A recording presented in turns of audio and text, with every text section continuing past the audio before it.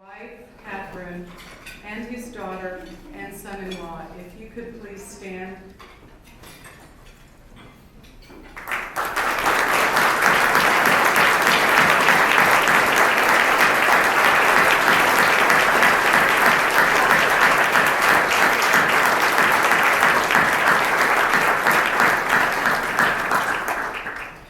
And one more thing about the kind heart and generosity of Bruce Kent. The family's establishing a scholarship in his honor, and that was his wish. Thank you very much.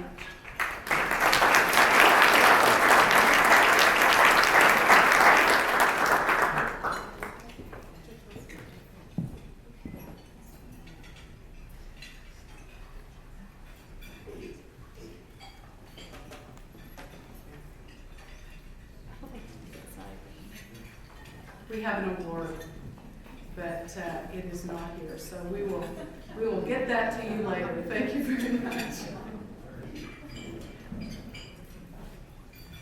All right, at this time, I would like to recognize excellent attorney Susan Sadian to say a few words to recognize CoreFirst Bank and Trust as a 2018 Outstanding IOLTA Partner. Susan? As you know, IOLTA Trust Fund interest that's earned on your trust accounts has been supporting law-related projects which help underserved communities in Kansas, such as CASA, Wichita Family Crisis Center, Kansas Legal Services, and many other worthy programs. Through outreach to Kansas banks, KBS staff have worked very hard to increase the number of participating banks and to get banks to commit to a base rate of interest on these IOLTA accounts by developing the Partners in Justice program. Through these efforts, IOLTA remittances are on the rise, which will benefit the programs applying for IOLTA grants. These efforts have also increased the visibility of the IOLTA program as well as the visibility of the participating banks. We are pleased to recognize CoreFirst as the founding partner of the new Partner in Justice program. CoreFirst has agreed to waive service fees on IOLTA accounts and has committed to a supportive interest rate on those accounts. CoreFirst has long been an active supporter of the IOLTA program since 1985, and we look forward to working with CoreFirst long into the future. Together, we're making a difference in Kansas communities. Please help me thank CoreFirst for its outstanding contributions to the KBF. I'm going to invite Kurt Kita, who is the CEO, and Heather Scott, Vice President. Would you stand to be recognized?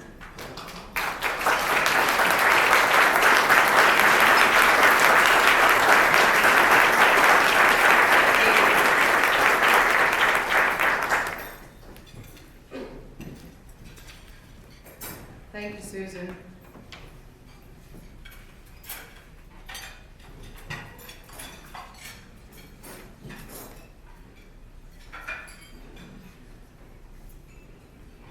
The mission of the Kansas Bar Foundation is listed in your program tonight.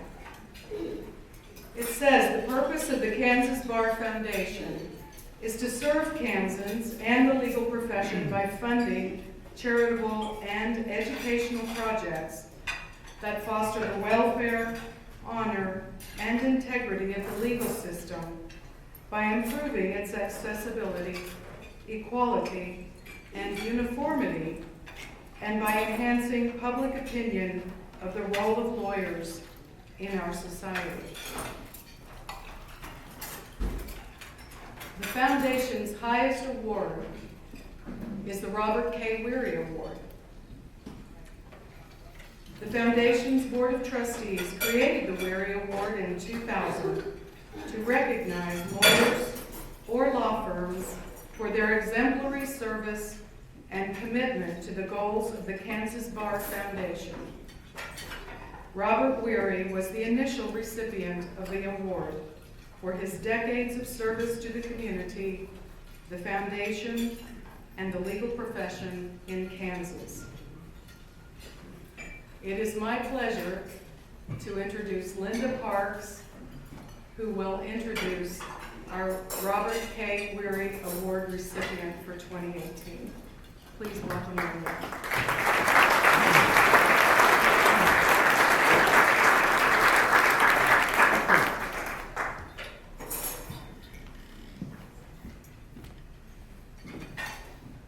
Thank you, Judge Wilson. So I stand here and say to you, how do I introduce David Raybon? I mean, who doesn't know David Raybon, right? He's the guy that we all know and love. When he speaks, it's like E.F. Hutton in the law world. Everybody listens. So how do I go about doing this? Well, I can tell you that he's a past president of the Kansas Bar Association. You guys know that. I can tell you he's a past president of the Kansas Trial Lawyers Association. You guys know that. I could tell you he's a past president of the Kansas Association of Defense Counsel. I don't know if you knew that. I think he's the only guy who's ever done that. I mean, think about both of those organizations. But there's Dave Raybon. He's a guy who does a lot. He's the lawyer extraordinaire, the trial lawyer, I guess, extraordinaire, really. He's in the College of Trial Lawyers, as Dick Hite says, the college. And you probably also know that he served 2 terms on the Kansas Supreme Court Nominating Commission. If there's an organization that's worth a spit, Dave Raybon is active in it, he's a member of it, and you know what? He's probably been president of it. And I should mention, he's a devoted family man. His wife Bernice, his family, he's all around a great guy.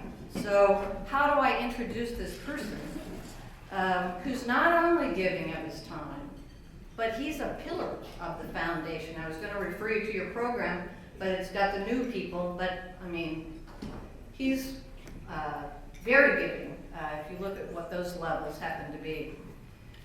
So, honestly, I don't know really what I'm supposed to do. Is there anybody here really who doesn't know Dave Raybon? So my work here is done. This year's winner of the Robert K. Weary Award, my friend and yours, David Raybon.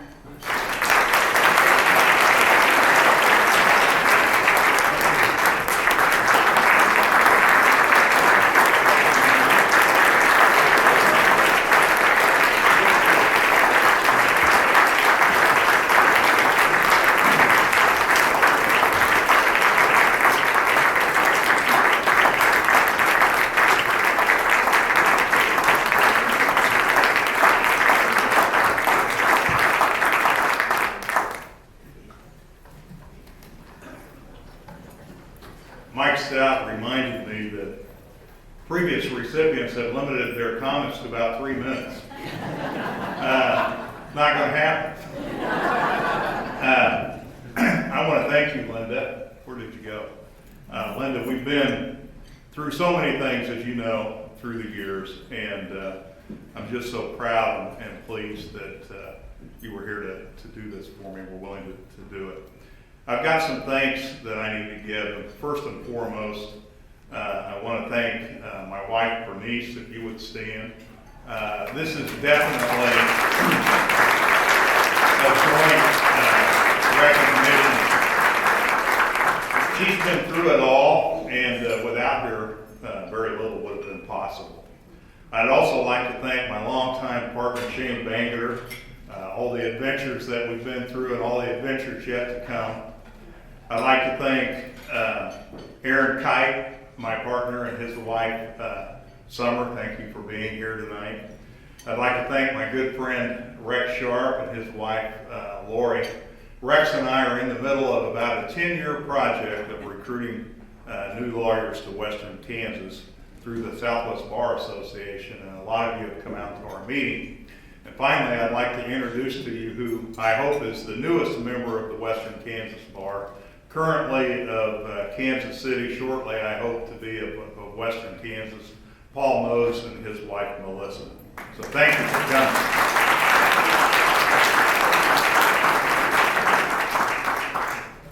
You know, I ordinarily, looking out at this group, I'd be pretty intimidated by the people that are in this room.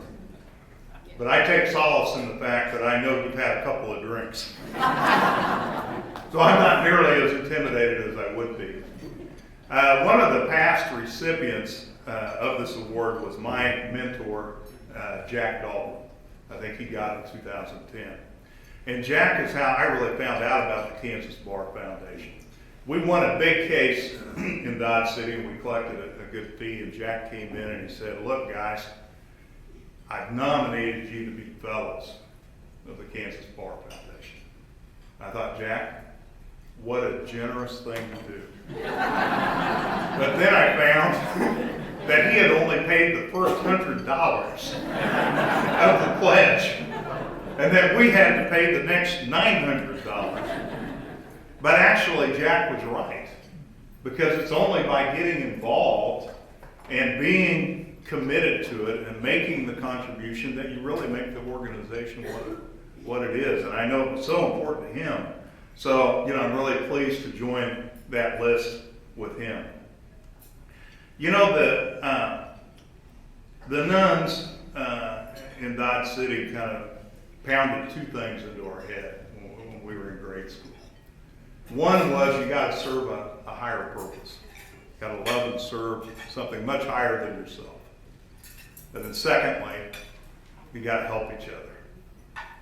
And like most things that the nuns taught us, it kind of went in one ear and out the other. And recently, Sacred Heart School, where I went to grade school, celebrated its 100th anniversary. And they decided to put together a video and interview some of the alumni. And they came to interview me and said, is it true that you guys went to Mass every day from first grade through 8th grade? I said, that's absolutely true. What was that like? I said, well, every day from first grade to 8th grade, we tried to get out of it. That did not make it into the video. but it was true. But you know, sometimes when you think things are going in one ear and out the other, they're really sticking more than you think.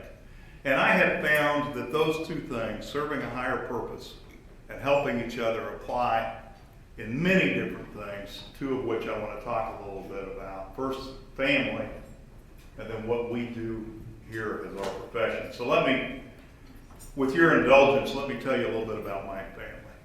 A couple of years ago, I was watching a murder trial in Dodge City, and a clerk came in with a concerned look on her face and said, Mr. Rabine, would you please step out in the hallway? And I thought, oh my God, what is Aaron Kite misfiled now? but she said, your father's been in a serious accident. He was coming from the co-op and pulled out right in front of a semi and was airlifted to Wichita. There are 7 boys in my family, and we gathered around his bed, you know, as he fought for his life. And so many memories came flooding back, you know, as you can kind of imagine. My mother sprung into action. She had the last rites performed twice. I guess to make sure that they were done properly. I noticed that the second priest that came in was of much higher rank than the first one had been. But he refused to die and survived. He's wheelchair bound, homebound now. But he did survive. But during that several weeks, you know, a lot of memories came back. Our family, with 7 boys, we farmed and ranched during the summer. We built houses during the winter. I think we built over 10 of them while I was growing up. My dad bought a truck lot and a body shop and a salvage yard. We had so many adventures. My brother Rob has written 2 award-winning books about growing up in Dodge City. Now, if you could imagine, 2 volumes of it. Well, to explain that, the first volume was basically about my dad. And it got back to him that my mother wasn't really all that thrilled with that, so we had to write volume 2 that was about my mother. but we definitely had adventures. When I met Bernice, and bear in mind, I think I was 26 or 27 years old when we met. And we started to date, and it caused kind of a mini scandal in the family. Because it was believed that we were, close enough related that, that eyebrows would be raised, if this union were to take place. So my dad, I think trying to reassure me, said, hey, don't worry about it, I'm adopted. Okay, I had never heard this. I had no idea. I had no idea that he was adopted, okay? Now this is in a town of 25,000 people. There were hundreds of people in Dodge City that knew all about this, but we knew nothing about it, okay? But all of a sudden, as the story came out, and it took a couple of years for all of this to kind of come into perspective, it brought me back to an incident that had happened in grade school. We were at Sacred Heart School. There was no cell phones or anything. There was a blizzard, and our parents were supposed to come and pick us up. So I was waiting for my dad, okay? Here he shows up. He's in galoshes covered with snow. This very stern, we thought ancient nun who ruled our lives, jumped out of her chair, ran over, and grabbed him. Billy Joe, grabbed him, tears running down her face. I then understood what had happened because I came to learn he had been abandoned at the hospital as a baby. And the hospital was run by the Sisters of St. Joseph. The procedure is you notify the bishop. Okay, so they notified the bishop that something fell through the cracks. And legend has it, that when the bishop came back for an inspection sometimes later, there was a child running down the hallway of the hospital, and that was my dad. So they fixed that glitch, and he was adopted by a farm couple. But that nun was one of the original Sisters of St. Joseph that had been in the hospital, and to her, he was her baby, okay? So this is how this man's life starts out. Now I'm going to skip forward through at least one volume of growing up to an incident that happened when I got ready to go to Washburn. I had always known that I wanted to be a lawyer. There was just no doubt about it. And so you say, okay, you want to be a lawyer, you want to go to Washburn. Simple enough. You enroll, you get an apartment, you live in a dorm, whatever, okay? Not if Bill Raybon's your dad, He comes back and he goes, you know what? A migrant family's trailer house over at Ulysses burned, but it burned only on the inside, and I bought it for $200. We can fix this and move it to Topeka, okay? So we brought it to Dodge City. Now we worked on this at night. You didn't work on this was a fun project. You didn't work on this during the day. You worked on this at night, okay? And it wasn't quite ready. When I had to go to Washburn, he goes, don't worry about it, you go up there. And then we'll bring it, your mom and I will bring it. So, I stay in the Jayhawk Junior Hotel in North Topeka. And my trailer lot is waiting for us, okay? So on the appointed day, I was told to be there. He said, I'll be there by noon. And what he had done is he went and bought a toter that you pull trailers with. And his idea was, I'm going to pull this trailer up here, then I'm going to turn around and sell it, make some money.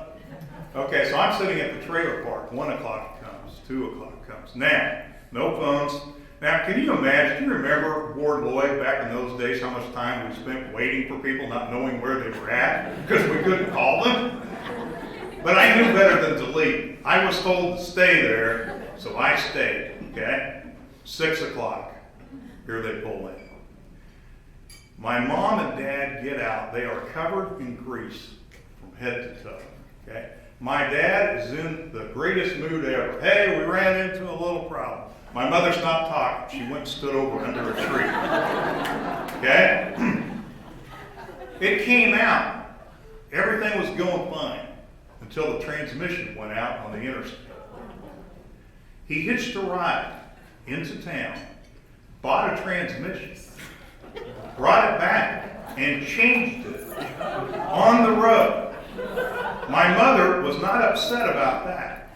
She was upset because he yelled at her because she was not holding it steady enough so he could put the bolts in. Okay? So we get this trailer in, we get it hooked up, everything's fine. But what I want to illustrate from that was, when we were growing up, you were a cog in a machine, okay? There were 7 of us, there was 9 of us all together. It wasn't about you. You were serving something much bigger than yourself. You were serving this family. But, as I hope you see in the story about the trailer, we were there to help each other. I'm sure my dad had a lot better things to do with his time than work on this trailer. Which, by the way, when I got out, I turned around and sold for $700. And I have never lived in a trailer house since. You know, when I became a lawyer in law school, much as the nuns had done, our professors talked about the profession, what it meant, how important it was, that we were going to be officers of the court, that we were going to be an important part of this larger thing. And kind of like with the nuns, it went somewhat in one ear and out the other. But they also told us you should help each other. And I don't remember that sticking much at all either. But once I got into practice, it didn't take very long before I realized how important courts were. It wasn't long before I had a client that was their only shot, that was their only chance, was their day in court. It wasn't long before I realized that having a fair and impartial court was the difference between having justice and not having justice. But I didn't really get to do my part until much later in my career, the retention battle of 2016. Now, many people in this room did far more in that fight than I did. But I can say that it consumed me for the better part of 2.5 years. This was a serious and direct threat on the courts. This outright attack on 5 sitting justices of the Kansas Supreme Court, and then all the Court of Appeals judges that were up. And it was time for lawyers to come in and defend the courts, and we did. You did, many others did. But I want to relate one experience that I had. A big part of our job was to raise money. Okay, a lot of you in the room gave money, asked for money, so on and so forth. I was president of the Kansas Trial Lawyers at the time, and our executive director came and said, "Hey, did you know that the American Association of Justice, our parent organization, has a foundation like this one?" And I put in a request for $30,000 for this retention fight. Would you be willing to go up to their annual meeting in Chicago and ask for the money? And I said, absolutely. So I started to look into the organization. One thing I already knew, I belonged to the organization and I had never given them a dime. And here I was going to go ask for $30,000. I also found out that foundation was controlled by the past presidents, okay? Which, let's face it, were old white guys, okay? Many of them 70, 80 years old, sat around in a room and kind of decided who was going to get what. So I flew to Chicago, and it was in the top floor of the Intercontinental Hotel. They were in a big a big conference room. And the executive director came out and said, are you Mr. Raybon? I said, yes. She goes, whatever you do, don't go in there. She goes, they're in a bad mood. It's not going to go well. Let me just put your request in. I go, no, I came all the way up here. I'm going to go in. So I went in, and what the argument was about was the current president had directed $10,000 to go to his alma mater, and the rest of the board was forcing him to pay that back. They didn't think that was right, okay? So they had this big knockdown, drag-out argument. And so she introduced me, and I was coming up to the podium, and this old man in the back goes, "What do you want?" I said, "Well, we're having a retention battle in Kansas." He goes, "Hell, I know that. What do you want?" I said, $30,000. Another guy goes, "Hey, isn't your governor Bat Brown or something like that? A guy that's in the New York Times all the time?" I said, "Yeah." The other guy goes, hell, give him the $30,000, poor devil. And let's adjourn. People have to take sides in these kinds of things. We prevailed because we took sides.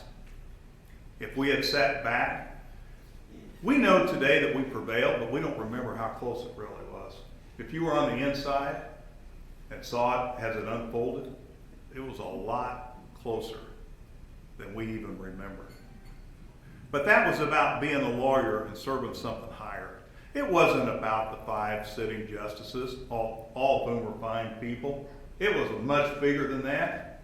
And the justices themselves realized that. This was about the integrity of fair and impartial courts in the state of Kansas. These attacks continue. Don't kid yourself, okay? They continue. We are 50th in the nation, I think still 50th even after the 2% raise. Our compensation is at scandalous levels. And it's not just the judges, it's the court staff, it's the probation officers, it's CASA volunteers, it's indigent defense lawyers, it's up and down the ranks. It's not over. This battle's not over. This battle has to be fought every day. The judges can't do it. The judges can't really go and ask for a raise themselves. We have to fight that battle. And thank you, everyone in this room that has been fighting that battle. But serving that higher purpose is only part of it. We got to help each other. And we need help. I think you've seen the recent statistics. I think the lawyers are the lead the way in suicides among professionals. Alcoholism, addiction, depression. Our fellow lawyers need our help. And I want to relay one experience that I had years ago. I got a call from my friend Mike Moreland in Dodge City. And Mike was a recovering drug addict and alcoholic, a good lawyer. He was an administrative judge at the time. He said, hey, Barry's in trouble and I want you to help me take him to treatment. So we went and rounded him up. It was a battle getting him in the vehicle, getting him ready to go. I said, hey, I got to stop by and tell Bernice where we're going. So it was late. It was like 11 o'clock at night. We're going to take him to Wichita. I went in to tell Bernice. I was trying not to wake up the kids. I didn't turn on all the lights. And I woke her up and she just screamed out. I didn't realize Barry had gotten out of the car and was standing behind me. she didn't know what was going on. So anyway, we got him back in the car, got him to treatment. It didn't take. He trashed the ward. He got kicked out. And so it went on for several more years, but eventually he got sober. It wasn't that time, it was several times later. Barry got sober. Now we lost Mike. Mike relapsed and died of a heroin overdose in a seedy motel in Dodge City. But Barry made it. And then Barry became highly involved in the Kansas Lawyers Assistance Program, KLAP. And he went all over the state helping people. But as a lawyer, he was never the same. He was just I think his mind was just kind of burnt out. And he was never the lawyer that he had been. And it kind of came a time he was trying to help out in the county attorney's office, and the judge came to me and said, I want you to go talk to Barry and tell him it's time to hang it up. So I did. I went to him and said, Barry, it's not working. And he agreed. He didn't fight it at all. And so I kind of lost track of it. Several years went by and I got word that Barry had died. And I got a call from a high school classmate of mine that runs a funeral home in Dodge City. And he said, Barry had a pre-planned funeral. He had a pre-planned funeral and he wanted you to be one of his pallbearers. I said, hey, who else is on that list? He goes, well, 2 retired judges, a current judge, a retired judge. He goes, do you know this guy? It says this guy's name, honorary pallbearer, one-legged. I said, no, I don't know this guy. I go, well, apparently the guy's got one leg and he wants him to be an honorary pallbearer. I said, okay. And I thought, oh my God, I don't want to go to this funeral. I said, this is going to be a disaster. This is going to be terrible. So I pulled up to the funeral home and there weren't a lot of cars in the parking lot. But I knew that Barry had had a family, you know, several marriages back, and his kids were really good kids. They were all adults now. And I got inside the service, and his kids were sitting up front, and you know, just like you would expect, they were upset and grieving their father. There was kind of a bedraggled group of people, you know, sitting in the pews. Looked like they had a lot of miles on them, and so I thought, oh God, this is going to be bad. And so I sat down. I sat down next to the one-legged guy, and one of the judges. One-legged guy goes, hey, we're missing a pallbearer. I'm going to have to step in, help me out. And I said, okay. I said, okay, no problem. And the preacher got up. And it became clear that the preacher himself was a recovering alcoholic, and he had been involved in AA. And he said, you know, Barry did a lot, and Barry was a good guy, and I'm just going to throw it out to the crowd. Does anybody want to say anything? Just silence. And I thought, should I say something? And then a woman stood up in the back and said, Barry Gunderson saved my life. And then another one stood up and said, Barry Gunderson saved my daughter's life. And I thought, you know, I've been to a lot of funerals. I've heard a lot of good things, nice things said about people, but I can't remember ever being at a funeral where that was said. And it was said in front of his children. And I thought, you know, he really helped people. We went to he had been in the Army. So we went out to the cemetery and had full military rights out at the cemetery. And as we were pulling the casket out, Judge Reynolds, I don't know if any of you guys knew J.Don Reynolds, kind of a legend. He was a cowboy, retired judge. He has since died. His funeral was worth a whole nother story, Mike's down. His funeral was a whole nother thing. And he was a Marine. J.Don Reynolds had been a Marine. And so we were very solemnly going up to the casket to pull it out. J.Don goes, hell, Ray, mine, the one-legged guy's carrying more than you are. But we laid Barry to rest. And I thought, what an example of how we can help each other. What a good example. What a good thing to have known him. You know, my parents have been married now for 64 years. And they're both in not very good shape, you know, at this point.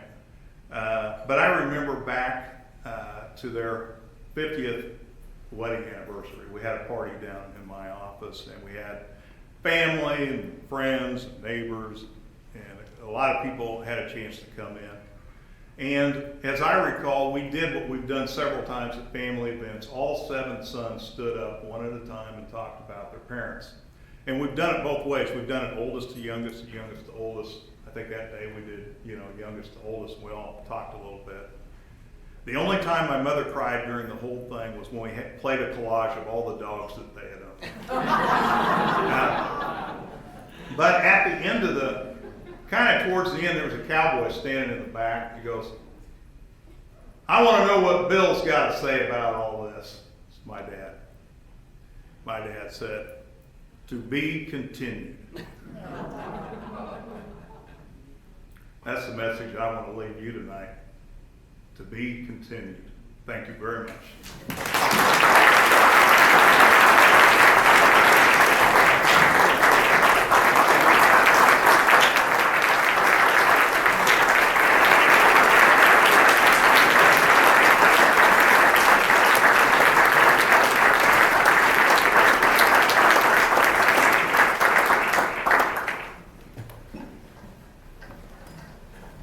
I love lawyers. At this point in the program, it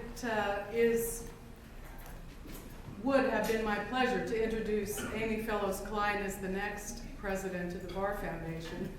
Unfortunately, she took ill right before the dinner tonight, so she was unable to attend, but I know that the foundation will be in good hands with Amy Fellows Klein at the helm. So at this time, I have just a couple of remarks that I would like to make. First, I want to thank the chef and the wait staff at the DoubleTree. I want to encourage guests to use bus transportation to the party at the Brass on Baltimore. Buses will run on a loop until midnight, and they will pick up guests near the ballroom exit doors.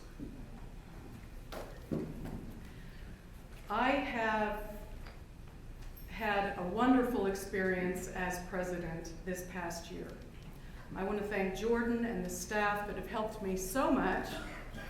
It is unusual for a judge to be president of the Bar Foundation, the philanthropic arm of the Kansas Bar Association. Judges cannot raise money, and so these people protected me whenever it felt like there was something that smelled like it might be trying to raise money, and I tried to fill my role in other ways that were hopefully helpful to the Bar Foundation. And I want to thank you for allowing me to be your president this year. It has been truly my honor. As a judge, I can tell you that there are many times when we cannot speak, and we depend on the lawyers to speak for us. And I don't have an opportunity very often to tell you just how grateful I am and how grateful the other judges are that you have stood up for us so honorably, so ably, with your time, your talent, your money, and your attention. It means a lot to us. I've worked with some wonderful mentors. Among them was Tom Wright. Many of you know Tom Wright, and he said, Evelyn, the Bar Associations and the Foundation should always be a lawyers' club, led by lawyers. Occasionally, a judge or two sneaks in, and I guess that's what I did. But it is the lawyers who lead. And I've seen a lot of lawyers during the course of my career that began in 1985, when one of my mentors took me to my first bar conference, annual conference. It was at Colorado Springs. Most people were at the Broadmoor. Another mentor of mine, Dale Summers, who also I practiced law with both Tom and Dale. Dale's now a bankruptcy judge, and he told me a long time ago when I was an associate that he would always be a member of the American Bar Association and the Kansas Bar Association. He said, Evelyn, you know, a lot of times the courts are a nuisance to the other two branches of government. And the American Bar Association stands between the other two branches of government and represents the judiciary. And it is extremely critical that we continue to have a fair and impartial third branch of government. I want to thank my husband for being here and supporting me.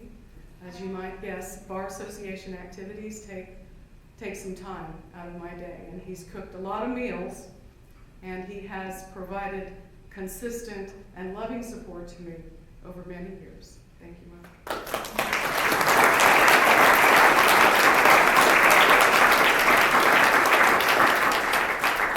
And thank you all. Please enjoy the rest of your evening. Good night.